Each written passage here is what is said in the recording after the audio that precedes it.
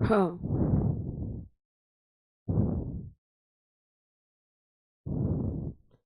Hello everyone, good afternoon to all of you. कैसे हैं आप लोग? उम्मीद करती हूँ सभी लोग अच्छे होंगे, अच्छे से अपनी पढ़ाई कर रहे होंगे। जल्दी सभी लोग लाइव आ जाइए ताकि हम सेशन को स्टार्ट कर सके। फटाफट एक बार आप सेशन के साथ जुड़ जाएंगे।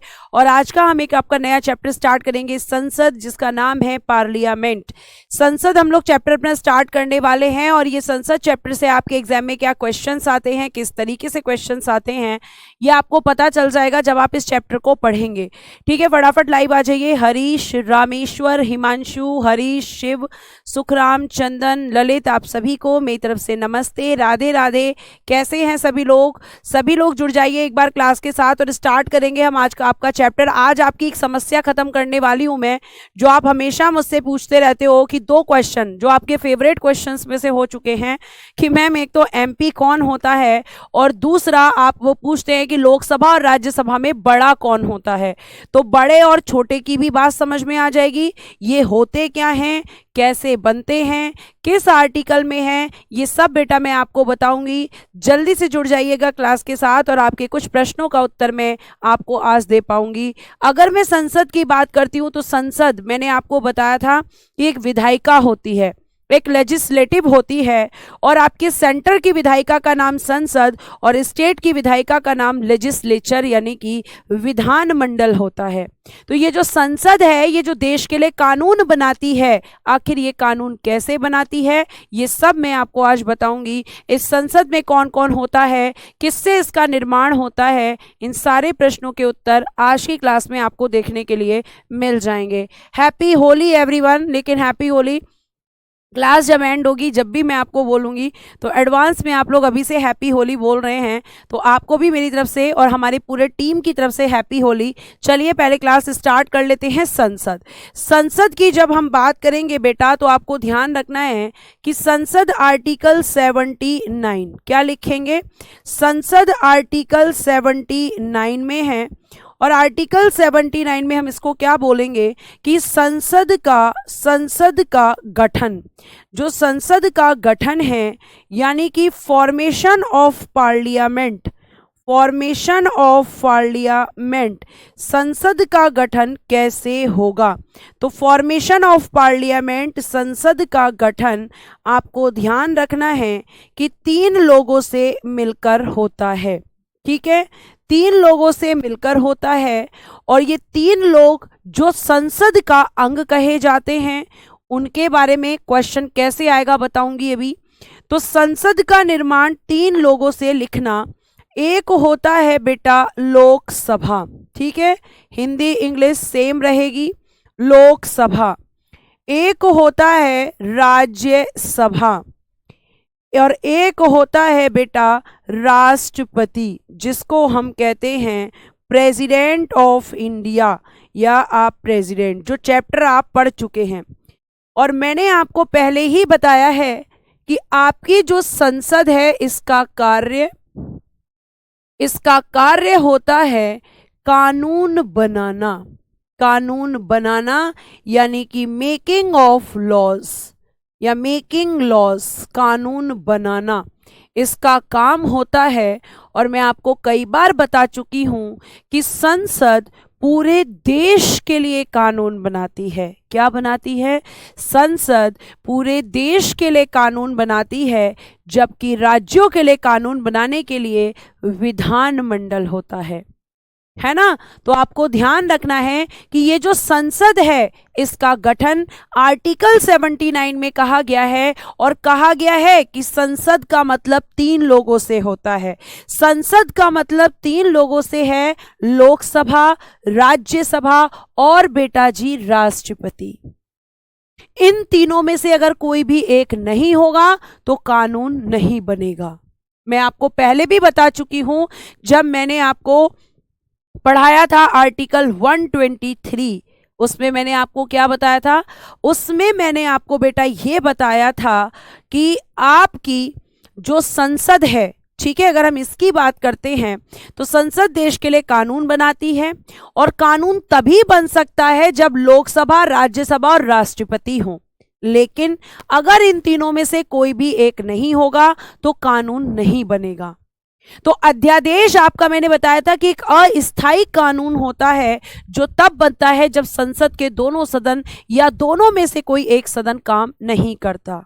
तो मैं आपको बार बार यही समझाने की कोशिश कर रही हूं कि कानून तभी बनेगा जब ये तीनों उसमें शामिल होंगे। अध्यादेश कानून कब बनता है मैम? जब लोकसभा और राज्यसभा उसे अनुमोदन दे देते हैं। ठीक है, तो ये आपको ध्यान रखना है। अब यहां से क्या प्रश्न बनेगा? पहला प्रश्न बनता है कि संसद का गठन किस आर्टिकल के तहत होता है।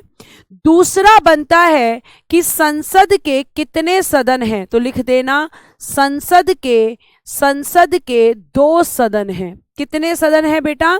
संसद के 2 सदन यानी कि 2 हाउस ऑफ पार्लियामेंट, संसद के 2 सदन होते हैं।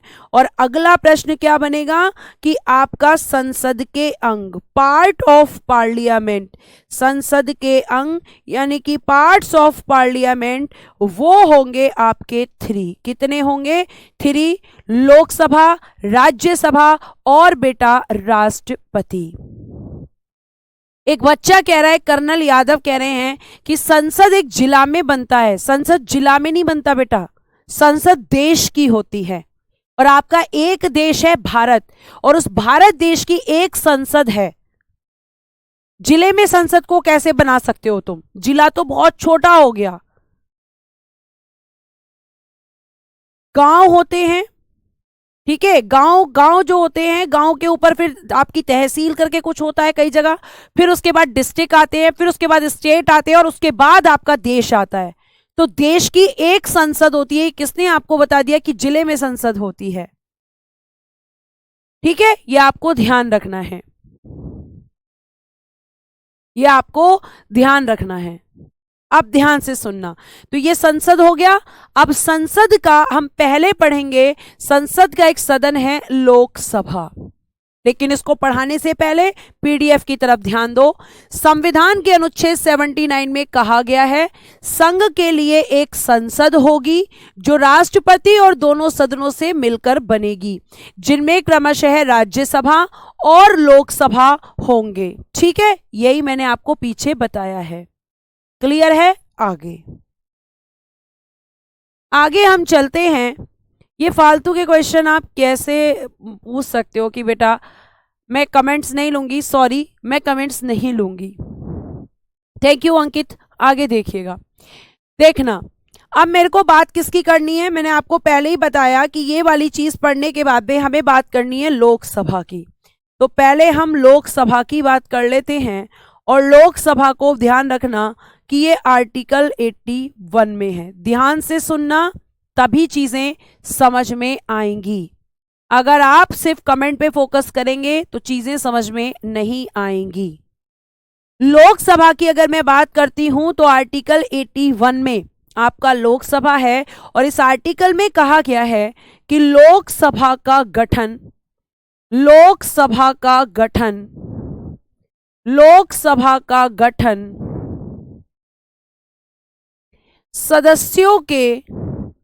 सदस्यों के साथ होता है।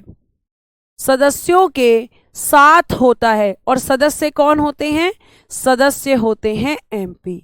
सदस्यों के साथ होता है और इसके सदस्यों को ही आप बोलते हैं एमपीज। यानी एमपीज से मिलकर आपकी लोकसभा बनती है। इस लोकसभा की जब हम बात करते हैं तो इस लोकसभा के अन्य नाम जिसमें से आप कहेंगे कि इस लोकसभा को हम कहते हैं जनता का सदन, हाउस ऑफ पब्लिक। क्या कहा जाता है? हाउस ऑफ पब्लिक कहा जाता है, जनता का सदन। दूसरा, इसी को कहा जाता है प्रसिद्ध सदन यानी कि फेमस हाउस। प्रसिद्ध सदन यानी कि फेमस हाउस, इसी को कहा जाता है फेमस हाउस, प्रसिद्ध सदन। इसी को कहा जाता है बेटा जनता का सदन, इसी को कहा जाता है प्रसिद्ध सदन। और बेटा इसी को कहा जाता है निम्न सदन यानी कि लोअर हाउस, इसी को कहा जाता है। ये सारे नाम आपकी लोकसभा के होते हैं। यानी कि संसद का निम्न सदन कौन सा होता है मैम? लोकसभा संसद का निम्न सदन होता है। ठीक है, लोकसभा 81 में है, राज्यसभा 80 में है। उल्टा बोल रहे हो आप नायक, आप उल्टा बोल रहे हो। तो लोकसभा आर्टिकल 81 में है। आगे अगर हम बात करते हैं तो इसको प्रसिद्ध सदन, जनता का सदन, निम्न सदन और बेटा इसको बोला जाता है अस्थाई सदन, टेम्पररी हाउस इसको बोला जाता है। और मैम क्यों बोला जाता है टेम्पररी हाउस? क्योंकि बेटा ये केवल 5 साल के लिए बनता है और हर 5 साल पे एक नई लोकसभा का निर्माण होता है। जैसे अभी आपकी लोकसभा के इलेक्शंस होने वाले हैं और लोकसभा के इलेक्शंस की तैयारी चल रही है, अब आपके 18वें नंबर की लोकसभा बनेगी। ठीक है, यह आपको ध्यान रखना है। तो ये आपका हो गया। अब हम आगे बात करें कि जो लोकसभा होता है, ध्यान से सुनना, लोकसभा, तो 2 प्रश्न यहां से बनते हैं कि जो लोकसभा होता है इसमें अगर हम बात करें सीटों की संख्या, सीटों की संख्या, तो सीटों की संख्या होती है बेटा 545। ये सीटों की संख्या है वर्तमान में, वर्तमान में। और अधिकतम सीट कितनी हो सकती हैं? अभी मैं सीट की बात कर रही हूं। अधिकतम सीट कितनी होती हैं? तो अधिकतम सीट होती हैं 552। ये सीट्स की बात कर रहे हैं हम कि in present number of seats 545 और सॉरी हाँ एक मिनट, मैंने यहाँ पे गलत लिख दिया है, यहाँ पे ठीक कर लेना, 545 अब सही दिख रहा है। तो सीटों की संख्या 545 और अधिकतम सीटों की संख्या हो सकती है 552। ठीक है, और अगर हम बात करें कि सदस्यों की संख्या, सदस्यों की संख्या, तो सदस्यों की संख्या होगी बेटा 543 जो कि वर्तमान में है, इन प्रेजेंट में है, वर्तमान में। और अधिकतम हो सकती हैं, अधिकतम सदस्य होंगे, अधिकतम सदस्य ये होंगे बेटा 550। कितने होंगे? 550। मैम यहां पे 2 का अंतर क्यों दिख रहा है? क्योंकि हमने तो पढ़ा था कि सीटें और सदस्य बराबर होते हैं, लेकिन यहां पे 2 का अंतर दिख रहा है। और ऐसा क्यों हो रहा है मैम? ऐसा क्यों हो रहा है? तो ऐसा इसलिए हो रहा है बेटा, और ये भी ध्यान रखना कि ऐसा इसलिए हो रहा है कि जो आपका लोकसभा है, ठीक है, इस लोकसभा की अगर हम बात करते हैं तो आपको ध्यान रखना है कि 2019 से पहले, ध्यान से सुनना, 2019 से पहले लोकसभा में सदस्यों की संख्या 545 थी। कितनी थी? 545। लेकिन अब 545 को क्या किया जाता था कि 545 में से आपके 543 एमपीज या कह सकते हैं सदस्य राज्य और केंद्र शासित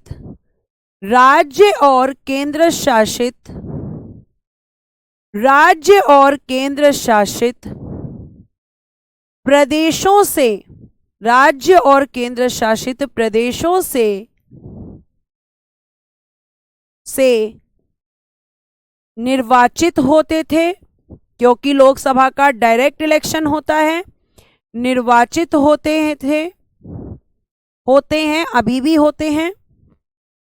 और बेटा एक आर्टिकल लिखना, आर्टिकल 331, जिसमें कहा गया है जिसमें कहा गया है कि राष्ट्रपति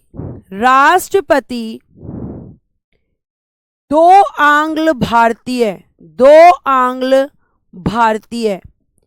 जिनको बेटा आप कहते हैं एंग्लो इंडियन। अभी समझाऊंगी, थोड़ा सा रुकना। एंग्लो इंडियन क्या कहते हैं आप, जिसको आंग्ल भारतीय कहते हैं। अनुच्छेद 331 के अनुसार राष्ट्रपति दो आंग्ल भारतीय सदस्यों को लोकसभा में मनोनीत करेंगे। लोकसभा में मनोनीत करते थे लिखेंगे। मनोनीत का मतलब होता है नॉमिनेट करना, मनोनीत करना, मनोनीत करते थे। ठीक है, करते थे मतलब पहले करते थे, 2019 से पहले। अब यहां पे क्या हुआ कि ये कह दिया गया कि आपके संविधान में बेटा 104वां संविधान संशोधन हुआ 2019 में, और इसमें कहा गया कि लोकसभा में आंग्ल भारतीय सदस्यों की नियुक्ति, आंग्ल भारतीय सदस्य मनोनीत नहीं किए जाएंगे, कि पहले होते थे लेकिन अब नहीं किए जाएंगे। तो बेटा मुझे ये बताओ कि जो सीटें थी 545, उसमें से अगर मैं 2 माइनस कर दूं तो कितने बचेंगे, 543। बेटा सीटें कम नहीं हुई, सदस्य कम हो गए। लेकिन पहले मैम ये समझाने से पहले कि सीटें कम हुई या नहीं हुई, आप हमें ये बताओ आर्टिकल 331 में क्या कहा गया कि इसे हटाओ। अब ये कुछ बच्चों को नहीं पता होगा कि एंग्लो इंडियन क्या होते हैं। आपको अच्छे से पता है कि हमारे देश भारत में ब्रिटिश का शासन रहा, अंग्रेज आए, जिसमें यह कह सकते हैं यूरोपियंस आए। अब उन्होंने क्या किया, यूरोपियंस ने, कि यहां पर आए और आकर भारतीय महिलाओं से शादी की। जब उन्होंने उनसे शादी की तो जाहिर सी बात है कि शादी के बाद बच्चे भी हुए होंगे। अब वो जो बच्चे थे वो आप ये कह सकते हैं कि मां जो है वो भारतीय थी और पिता जो है वो अंग्रेज था। तो अगर मां भारतीय है और पिता अंग्रेज है, या फिर पिता भारतीय है और मां अंग्रेज है, जो ब्रिटिशियर्स यहां पर आए थे, तो उनका जो बच्चा होगा उसको हम कहते हैं एंग्लो इंडियन। क्योंकि वो लोग जब यहां पे आए और यहां पे आकर उन्होंने भारतीय महिलाओं से शादी की, तो जब वो वापस गए तो उन्हें लेकर नहीं गए, क्योंकि उनके लिए शादी ऐसा नहीं था कि जन्मों जन्मों का रिश्ता, ये वाली चीज नहीं मानते वो कि जन्मों जन्मों का रिश्ता हो गया, 7 जन्म तक मैं तुम्हारा पीछा नहीं छोड़ूंगा ना छोड़ूंगी, ऐसा नहीं मानते वो लोग। उन लोगों के लिए शादी ठीक है, हो गई तो ठीक है, नहीं हुई तो भी ठीक है, और शादी होने के बाद टूट गई तो भी ठीक है, वो वाला हिसाब था। तो वो लोग उनको यहीं छोड़ के चले गए, वो लोग यहीं पे उनको छोड़कर चले गए, और जब वो छोड़ के गए तो उनके बच्चे भी यहीं रह गए, तो उनको कहा गया एंग्लो इंडियन। यानी यूरोपियंस की अगर हम बात करें, यानी कि अंग्रेजों की अगर हम बात करें, तो अंग्रेजों से और भारतीय महिलाओं से जो बच्चे पैदा हुए उनको हमने कहा एंग्लो इंडियन। इसलिए क्या बोलते हैं इनको, एंग्लो इंडियन। एंग्लो मतलब अंग्रेज, इंडियन मतलब भारतीय, और उनका जो बच्चा है उसको मिलाकर बोल दिया एंग्लो इंडियन। अब मैम पहले इनको मनोनीत किया जाता था, अब क्यों नहीं किया जाता? क्योंकि मैंने आपको पहले भी शायद बताया है, स्टार्टिंग की क्लास में ही बताया था बेटा, कि आपको मैंने बताया था कि एक एमपी 10 लाख की जनसंख्या पर होता है। कितनी? 10 लाख। और मैक्सिमम कितनी होगी? मैक्सिमम होती है 20 लाख। अब आने वाले समय में यह हुआ कि इनकी संख्या बहुत कम हो गई। जब इनकी संख्या कम हो गई तो यहां से एमपी निकल नहीं पा रहे थे, इसलिए बोला कि अब ये यहां पर नॉमिनेट नहीं होंगे। तो मैम जब 2 कम हुए तो आपने सदस्य में कमी की, तो सीटों में कमी क्यों नहीं की? सीटों में कमी क्यों नहीं की? क्योंकि बेटा ध्यान से सुनना मेरी बात को, बड़ा गौर से, ध्यान से। आपके संविधान में एक संशोधन हुआ था, 84वां संविधान संशोधन, 84वां संविधान संशोधन 2001, 84वां संविधान संशोधन 2001। इसके द्वारा ध्यान से सुनना, इसके द्वारा लोकसभा, राज्यसभा, विधानसभा और विधान परिषद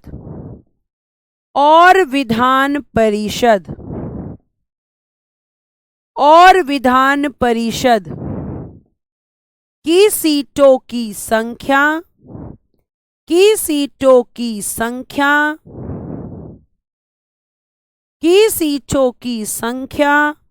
1971 की जनगणना के आधार, 1971 की जनगणना के आधार पर 2026 तक के लिए निश्चित कर दी गई। निश्चित यानी कि फिक्स्ड,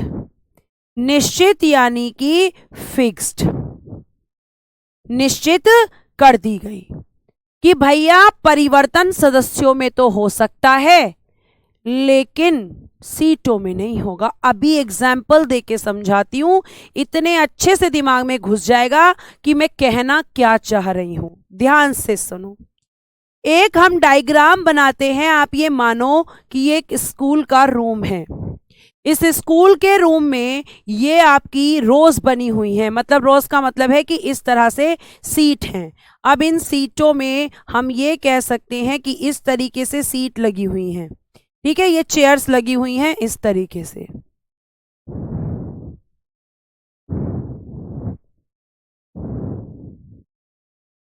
ठीक है, हमने ये मान लिया कि ये सीट्स लगी हुई हैं। क्या लगी हुई हैं? सीटें।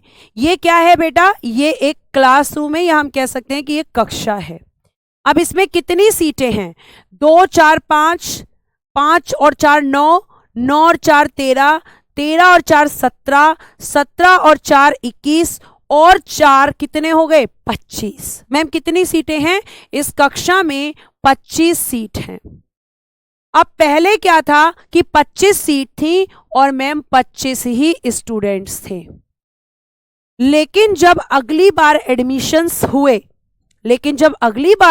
हुए तो सीटें तो यहां फिक्स ही हैं, कुर्सियां तो लगी हुई हैं, लेकिन अगली बार एडमिशन हुए तो 22 स्टूडेंट्स के हुए। स्टूडेंट्स कितने हो गए?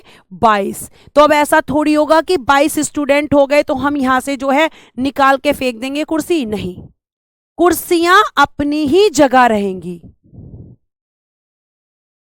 कुर्सियां कहां रहेंगी? अपनी ही जगह पर रहेंगी। कम क्या होंगे? बच्चे। तो ऐसे ही बेटा सीटें तो मैम 2026 तक फिक्स हैं। सीटों में कमी नहीं होगी। कमी किस में होगी? सदस्यों में। क्योंकि घटा कौन है? ये सदस्य घट गए, ये खत्म हो गया यहां से कि अब 2 नहीं होंगे। तो कितने सदस्य रह गए? 543। लेकिन सीटें अभी भी कितनी हैं मैम? 545। ये आपको ध्यान रखना है, ठीक है, ये आपको ध्यान रखना है।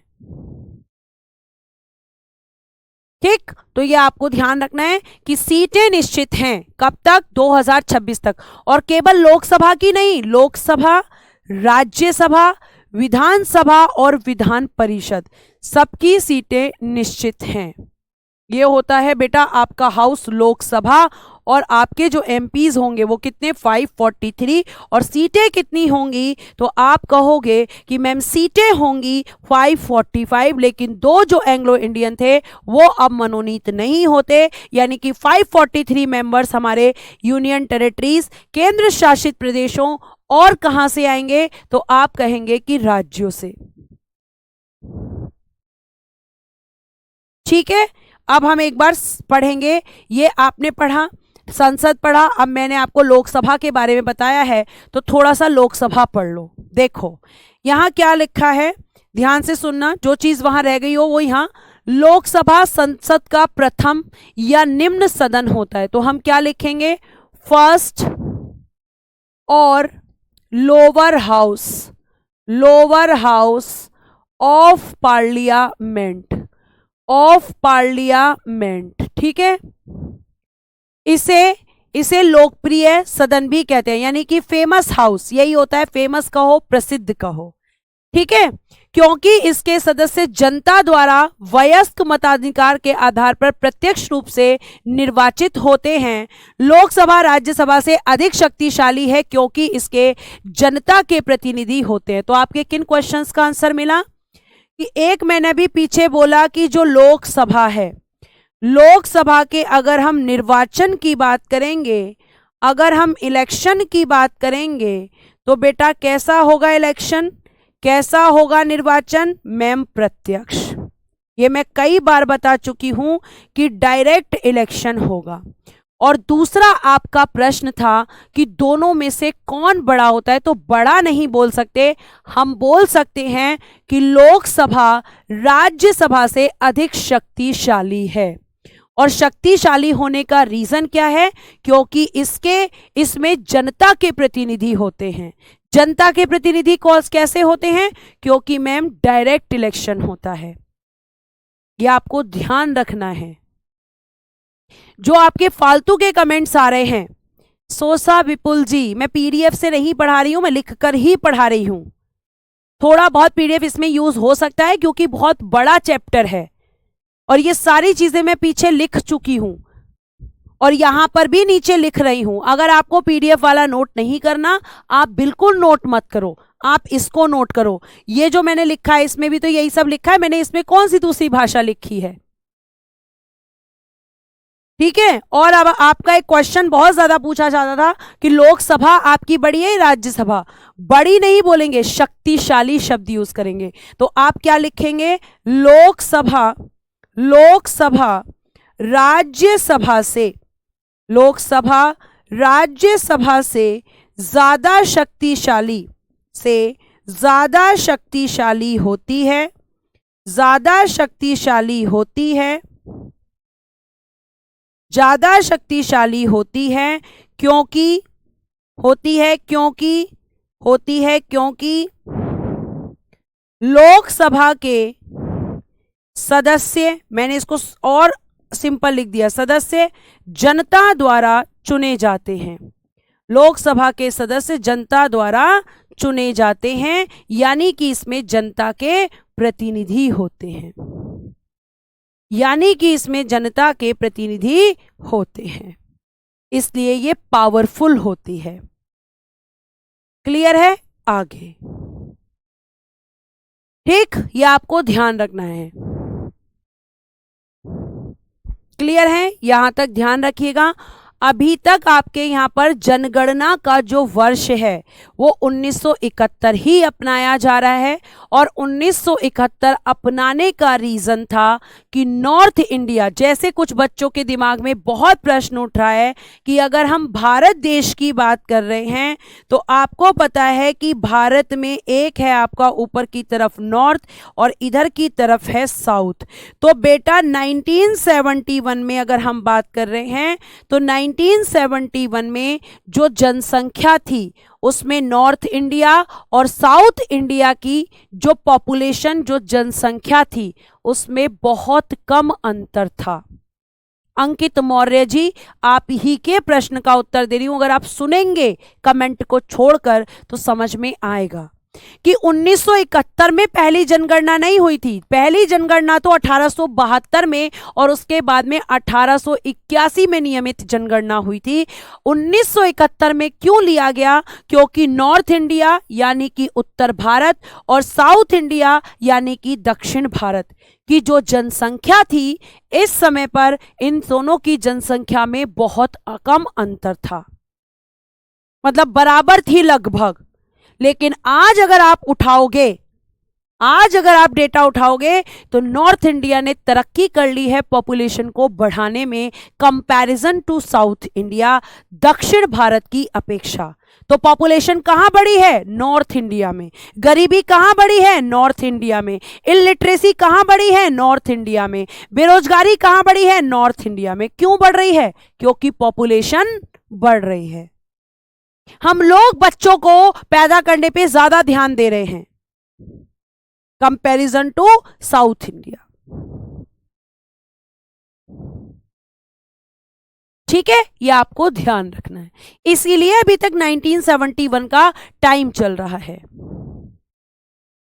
मैम लोकसभा में यूनियन टेरिटरीज की कितनी सीट्स हैं? रिकित बताऊंगी लिस्टिंग के थ्रू, पेशेंस के साथ पढ़ो। ठीक है, ये आपको ध्यान रखना है। अब समझ में आया कि क्यों लिया गया है 1971 को? अगर समझ में आया है तो थम्स अप कर दो। ये सारा समझ में आया, सब पढ़ा चुकी हूं पीछे। अब मैंने आपको लोकसभा का गठन पहले ही बता दिया पीछे। लोकसभा के गठन के बारे में प्रावधान संविधान के अनुच्छेद 81 में किया गया है, हम पीछे पढ़ चुके हैं। आगे देखो, लोकसभा की सदस्य संख्या 500 निश्चित की गई थी। ये नया पॉइंट है, मैं इसको आपको लिखकर बताऊंगी। अभी मैंने वर्तमान की बात की है, ठीक है। अब मैं इसको पहले लिख के बता देती हूँ, फिर पढ़ाऊंगी तो आपको ज्यादा अच्छे से समझ में आएगा। अब देखना है यहां पर एक चीज देखना, अगर मैं आपसे बात करती हूं, एक मिनट, इस यहां लिखते हैं, देखो, क्योंकि ये स्लाइड खाली है। लोकसभा, ध्यान से सुनना, लोकसभा। बेटा ये बोला गया कि जो लोकसभा है, लोकसभा की सीटों की संख्या, इस पर बात करते हैं।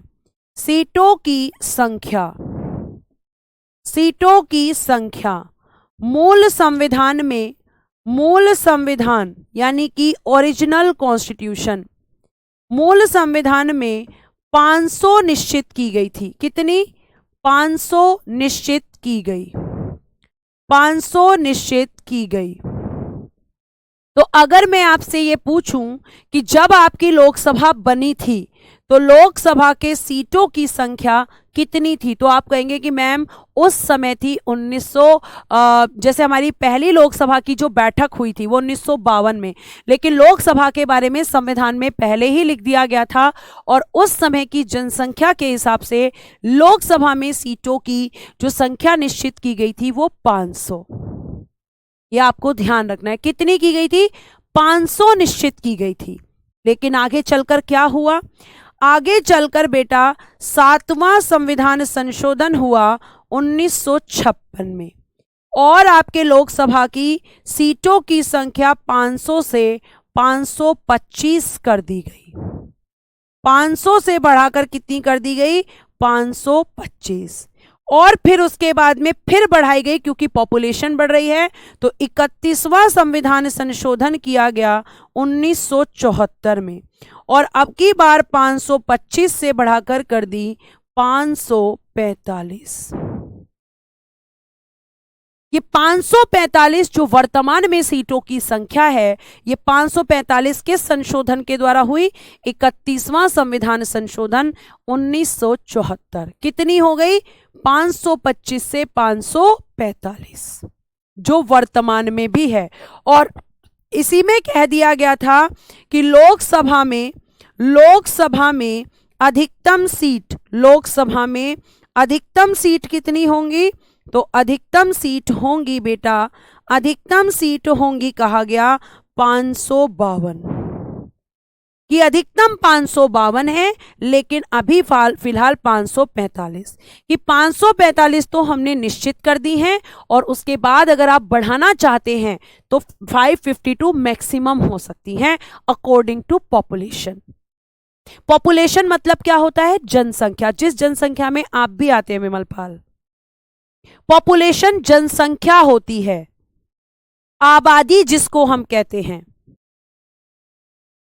ठीक है, ये आपको ध्यान रखना है। पंकज कुमार जी थोड़ा पेशेंस रखिए, सब पता चलेगा धीरे धीरे। अभी फिलहाल मैं आपको पहले भी बता चुकी हूं कि संशोधन का मतलब होता है संविधान में अगर कोई भी नई चीज ऐड करनी है तो भी संशोधन, और अगर कोई चीज हटानी है तो भी संशोधन। और संशोधन का मतलब है संविधान में परिवर्तन, यह आपको ध्यान रखना है। तो 74वां संविधान 1974 में हुआ है ये आपको ध्यान रखना है।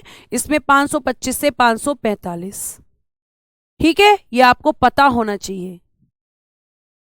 सचिन शर्मा जी, जो बार बार आप कॉपी पेस्ट कर रहे हैं उसके बारे में मैं डिस्कस कर चुकी हूं, तो आप बार बार कॉपी पेस्ट मत करिए उसको। पीछे की क्लासेस देखिए बेटा, आप लोग पीछे की चीजें देखते नहीं है और टीचर को सिर्फ परेशान करना आपका एक मोटिव हो चुका है इस क्लास के ज्यादातर बच्चों का। और अगर आप ऐसे करेंगे ना तो आपको मेरी ही नहीं किसी की भी क्लास समझ में नहीं आएगी, क्योंकि अगर आप पीछे रिवीजन नहीं करेंगे, आप क्लास में फोकस नहीं होंगे, आप उतना ही सिलेक्शन से खुद को दूर करेंगे। अच्छा, अनुज कह रहे हैं कि इस समय कितने लिखे। बेटा क्वेश्चन कैसे आएगा, ध्यान से सुनो अनुज और बाकी भी बच्चे। क्वेश्चन पूछा जाएगा अगर आपसे कि वर्तमान में लोकसभा में सीटों की संख्या, तो करना 545। पूछा जाएगा वर्तमान में लोकसभा में सदस्यों की संख्या 543।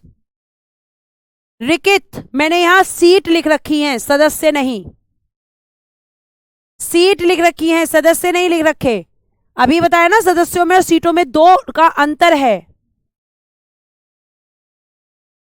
अगर आपसे पूछा जाए, भाई बहुत ही आप लोग बिल्कुल सुनना ही नहीं चाहते हो, अगर आपसे पूछा जाए वर्तमान, और वर्तमान में अगर आपसे पूछी जाए कि सीट कितनी है, तो बेटा आंसर कर देना 545।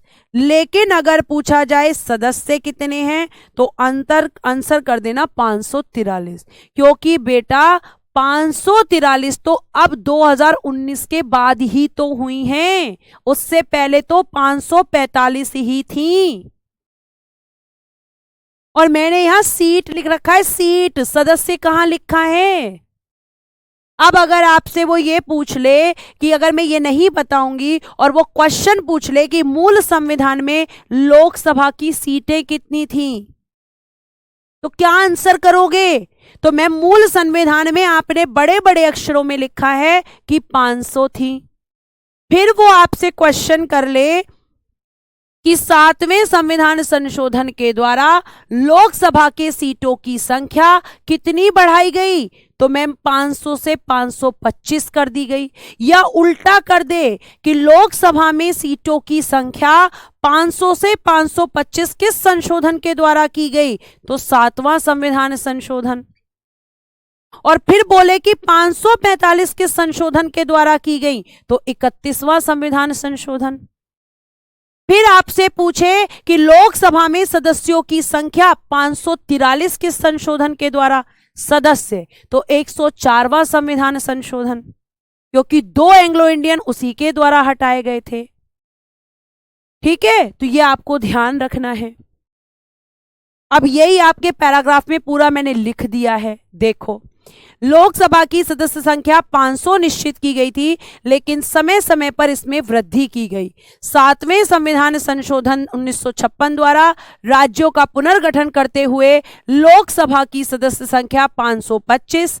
उसके बाद 31वां संविधान संशोधन 1974 के द्वारा लोकसभा की अधिकतम सदस्य संख्या 525 से 545। ये कब की बात हो रही है, 1974 की। लेकिन अगर मैं इसको यहां पे लिख दूं कि यहां पे अब अगर वर्तमान में हम बोलेंगे, तो वर्तमान में सदस्य संख्या, वर्तमान में सदस्य संख्या बड़ा बड़ा लिख रही हूं मैं, 543।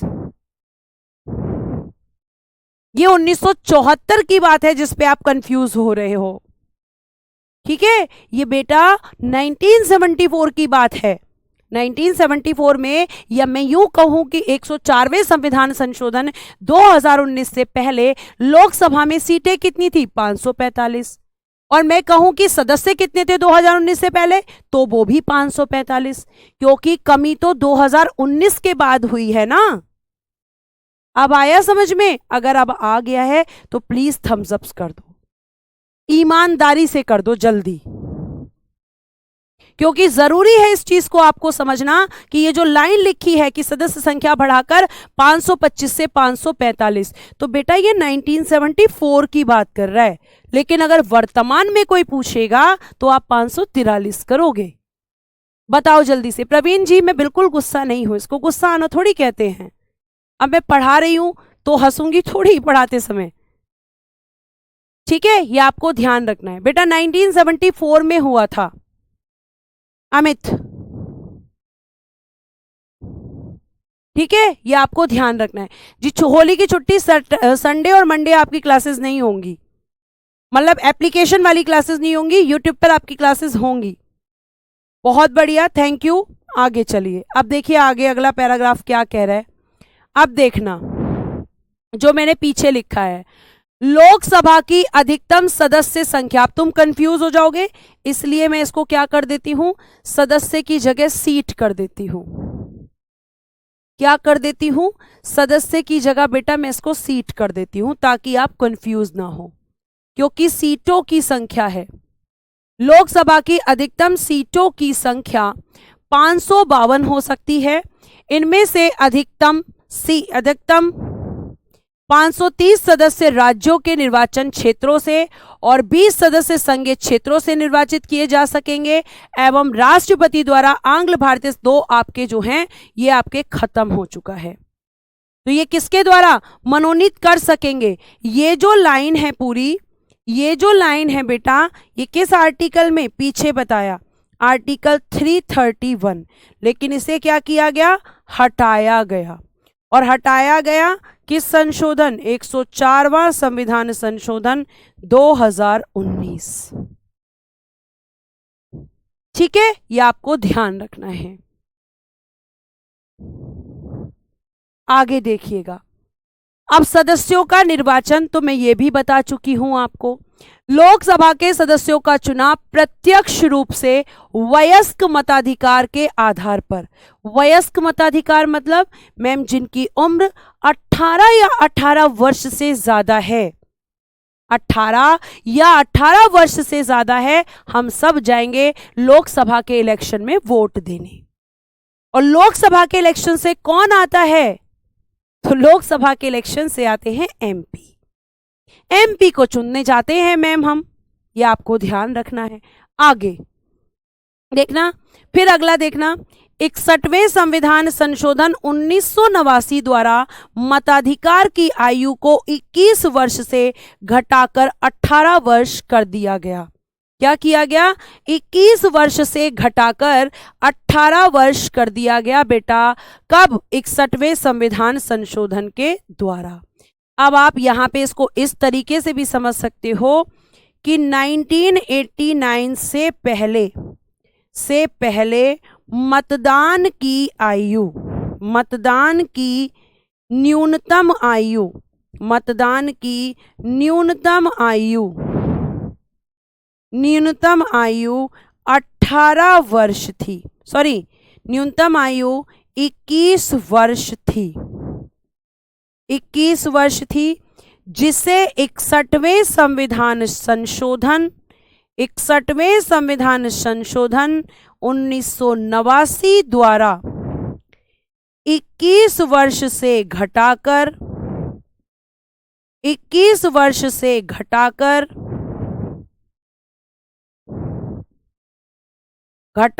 18 वर्ष किया गया है।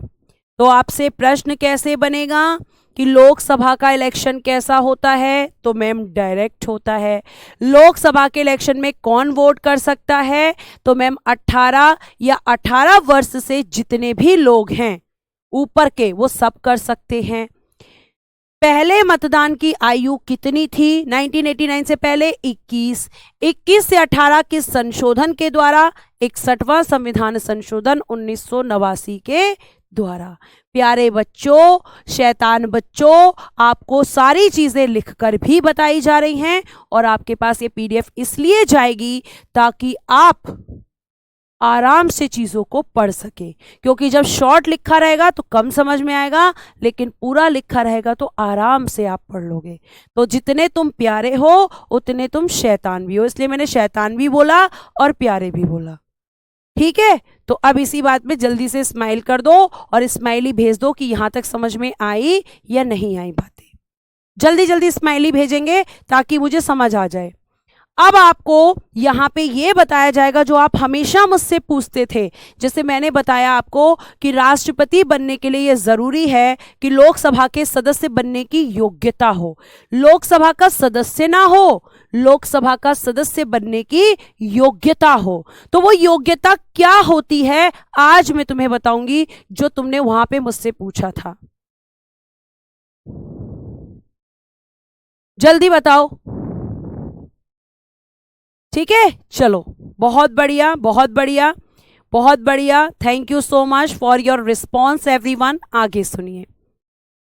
देखो, अगर हम सदस्यों की अर्हताओं की बात करते हैं, क्वालिफिकेशन ऑफ मेंबर्स की बात करते हैं कि सदस्य यानी एमपी बनने के लिए, और बेटा एक चीज ध्यान रखना कि ये जो योग्यताएं हैं ये आपके लोकसभा या राज्यसभा दोनों के सदस्यों की हैं। इसमें केवल एक परिवर्तन होगा और वो परिवर्तन होता है आपके केवल उम्र में। बाकी कोई परिवर्तन नहीं होता बच्चा, बाकी सब सेम होगा। लोकसभा या राज्यसभा के सदस्यों की योग्यताएं समान होती हैं, केवल एक अंतर को छोड़कर। ठीक है, आगे। बदमाश मतलब शैतान बच्चा, बदमाश नहीं, मैंने शैतान बोला है, और शैतान तो सब होते हैं ना, मैं भी बहुत शैतान थी बचपन में, इसलिए मुझे पता है। ठीक है, अब सुनो, यहां पर लोकसभा तथा राज्यसभा सदस्यों की अर्हताएं अनुच्छेद 84 में दी गई हैं। इसके अनुसार कोई व्यक्ति लोकसभा का सदस्य चुने जाने योग्य होगा यदि वह, तो क्या क्या होता है लिख लो, यदि वह भारत का नागरिक है, भारत का नागरिक, दोनों में जरूरी है। दूसरा, न्यूनतम आयु मिनिमम एज, मैक्सिमम नहीं होती, न्यूनतम आयु 25 वर्ष अगर लोकसभा का सदस्य है, और न्यूनतम आयु 30 वर्ष अगर बेटा राज्यसभा का सदस्य है। केवल यही अंतर है, उसके अलावा कोई भी अंतर नहीं है। ठीक है, उसके बाद तीसरा लिखो, लाभ के पद पर ना हो, लाभ के पद पर ना हो, लाभ के पद पर ना हो, यानी कि do not hold office of the profit, do not hold office of the profit. चौथा लिखो, पागल ना हो, डू नॉट अनसाउंड माइंड। पांचवा लिखो, दिवालिया ना हो, do not insolvent, do not unsound mind, do not hold office of the profit, do not insolvent मतलब बैंकरप्ट ना हो। यह आपको ध्यान में रखना है। ठीक, आगे देखना। अगर हम बात करें आगे, तो देखो यहीं पे लिखा हुआ है भारत का नागरिक, उसकी आयु कम से कम 25 वर्ष, लेकिन लोकसभा के लिए, और यही अगर राज्यसभा के लिए हो तो कर देना 30 वर्ष। ठीक है, आगे क्या लिखा है, निर्वाचन आयोग द्वारा प्राधिकृत व्यक्ति के समक्ष अनुसूची 3 में विहित प्रारूप में शपथ लिया हो, यानी कि जब तक कोई एमपी शपथ नहीं लेगा वो सदस्य नहीं बनेगा। तो आप यहां पे इसे साधारण शब्दों में ऐड करो, छठे पॉइंट में शपथ ग्रहण पद पर बैठने से पहले अनुसूची 3 के अनुसार, पहले अनुसूची 3 के अनुसार